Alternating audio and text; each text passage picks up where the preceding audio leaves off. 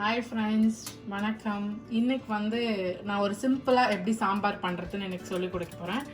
So எங்கிட்ட யூஸ்வலாக நான் ரெடிமேட் சாம்பார் பவுடர் யூஸ் பண்ணுவேன். இன்றைக்கி சாம்பார் பவுடர் எதுவுமே இல்லை, அதனால நானே பண்ணி வீட்லேயே மசாலா பண்ணலான்னு பிளான் பண்ணியிருக்கேன். ஸோ அதுக்கு தேவையான பொருள்னு பார்த்தோம்னா 4-5 காஞ்ச மிளகாய் எடுத்திருக்கேன், 1/2 ஸ்பூன் ஜீரகம், 1/4 டீஸ்பூன் மிளகு, 1/4 டீஸ்பூன் வெந்தயம், 1 டீஸ்பூன் தனியா, 1 டீஸ்பூன் உளுந்தம்பருப்பு, 1 டீஸ்பூன் கடலைப்பருப்பு எடுத்திருக்கேன்.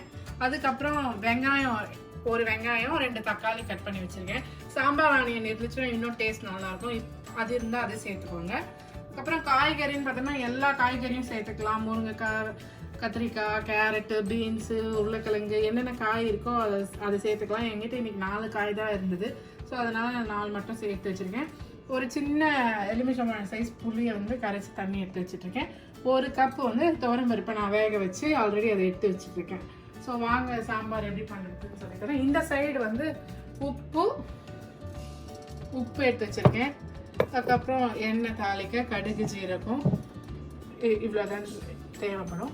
ஸோ இப்போ முதல்ல அடுப்பு ஆன் பண்ணிக்குவோம்.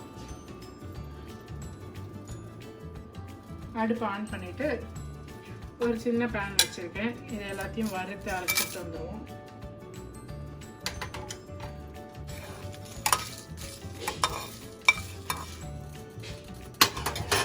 இது எல்லாத்தையுமே அதில் சேர்த்துக்கணும்.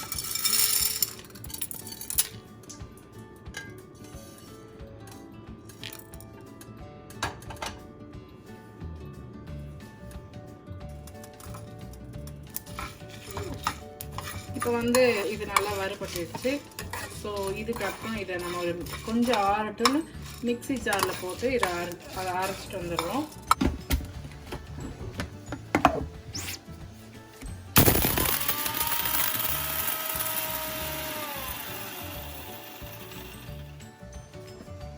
ஸோ நம்ம அரைச்சி வச்சு சிலர் தண்ணி ஊற்றி பேஸ்ட் மாதிரி எடுத்துப்பாங்க. ஸோ நான் இந்த மாதிரி எடுத்து வச்சுக்கிறது. கொஞ்சம் அதிகமாக இருந்துச்சுனாலும் அதை மீதி எடுத்து ஃப்ரிட்ஜில் வச்சுட்டோம்னா நெக்ஸ்ட் டைம் சாம்பார் பண்ணும்போது யூஸ் பண்ணிக்கலாம். இப்போ அடுப்பில் சாம்பார் எந்த பாத்திரத்தில் வைக்கிறீங்களோ அந்த பாத்திரம் எடுத்துக்கோங்க. 2 ஸ்பூன் இல்லைன்னா 3 ஸ்பூன் அப்படி எண்ணெய் எடுத்துக்கோங்க. இப்போ இதில் தாளிக்கிறதுக்காக 1/2 ஸ்பூன் கடுகு, 1/2 ஸ்பூன் உளுந்து, 1/2 ஸ்பூன் கடலைப்பருப்பு, 1/2 ஸ்பூன் ஜீரகம், 1/4 டீஸ்பூன் வெந்தயம், 2 காஞ்ச மிளகாய் வச்சுருக்கேன். இதை அதில் போடுறேன். அப்படி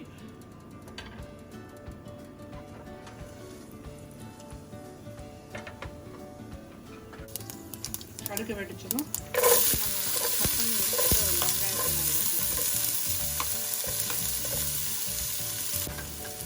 வெங்காயம் வதங்கினதும் இப்போ நான் அது கூட தக்காளி சேர்க்கிறேன். இப்போ நான் நறுக்கி வச்சுருக்கேன் காயெல்லாம் சேர்க்கிறேன்.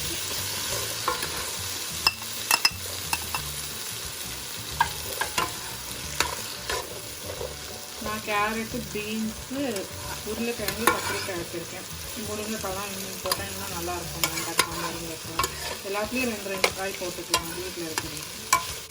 கொஞ்சம் ஸோ இந்த காயெல்லாம் வச்சு கொஞ்ச நேரம் மூடி வச்சோம். கொஞ்சம் ஓரளவுக்கு கொஞ்சம் வெந்திருக்கு.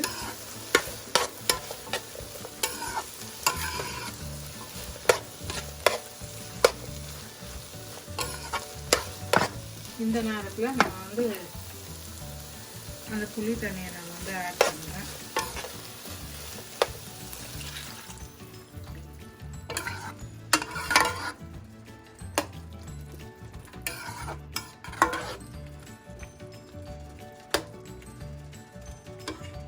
புளி தண்ணியை ஆட் பண்ணிட்டு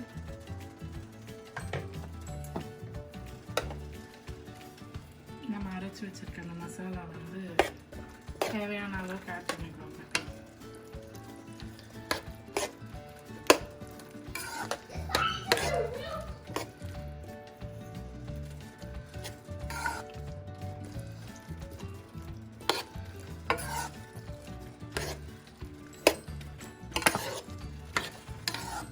மசாலா வாசனை நல்லா இருக்கு மிக்ஸ் பண்ணும்போதே.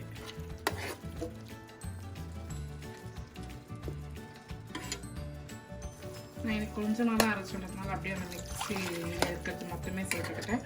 அதிகமாக இருந்துச்சுன்னா அதை ஸ்டோர் பண்ணி வச்சுக்குவேன். இப்போ நான் ஒரு 1/4 டீஸ்பூன் மஞ்சளும் தேவையான அளவு உப்பும் சேர்த்து கொதிக்க விடுறேன் சாம்பார். அந்த காய் வெந்தது ஒரு கொதி வரட்டும்னு நான் வந்து அந்த பருப்பை சேர்க்க போகிறேன். ஒரு கொதி வரட்டும் வெயிட் பண்ணுவேன். இப்போ வந்து அந்த காயெல்லாம் வெந்து நல்லா ஒரு கொதி வந்துடுச்சு. காயெல்லாம் வெந்துட்டுருக்கு. ஒரு முறை அமைக்க பார்ப்பேன் எல்லாத்தையும் நான் எல்லாமே வந்துட்டுருக்கு. இந்த நேரத்தில் நம்ம எடுத்து வச்சிருந்த அந்த பருப்பை வந்து சேர்த்துக்கோங்க.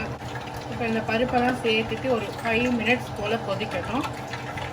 அதுக்கப்புறம் மல்லி இலையை தூவி இறக்க வேண்டியிருக்கும். வந்து மேலே வந்து மல்லி இலை தூவி இறக்கிடணும். இது சர்வ் பண்ண வேண்டியது தான்.